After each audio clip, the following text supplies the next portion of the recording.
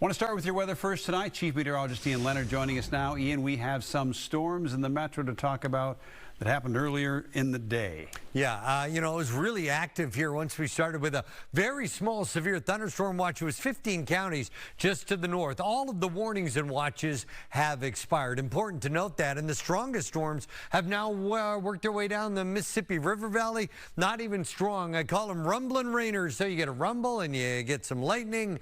And then, of course, you get some very heavy rain. You come back to the metro after the rain and the strong storms came through about 5 p.m. So we're all clear right now. We still have a couple of showers possible overnight. That's what it looked like over the last 6 hours. So you get the idea here. There is a big sweeping cold front, the trigger for those storms. It will also be the trigger for an intensification of air quality to the downside tomorrow. So the entire state and a good portion of Wisconsin are all in an air quality alert. This is all into Wednesday at 9 a.m. This is different, though. Instead of the haze, this is ground level smoke. The cooler air drops the smoke to the ground. Cooler air is heavier than warm air, so it's very dense. And as it drops down, we'll have that kind of smoke around that gets in the eyes and the nose, and occasionally it'll taste a little like campfire. It is very unhealthy, even for the most healthy. So a day tomorrow, Randy, to really pay attention to being into the great outdoors. And in terms of weather, we'll talk about a clearing trend toward the weekend, including our air quality. We'll talk to you in about 10 minutes. All right, Ian, thank you. That smoke is prompting the Minnesota Pollution Control Agency to issue an air quality alert for the entire state until midday Wednesday.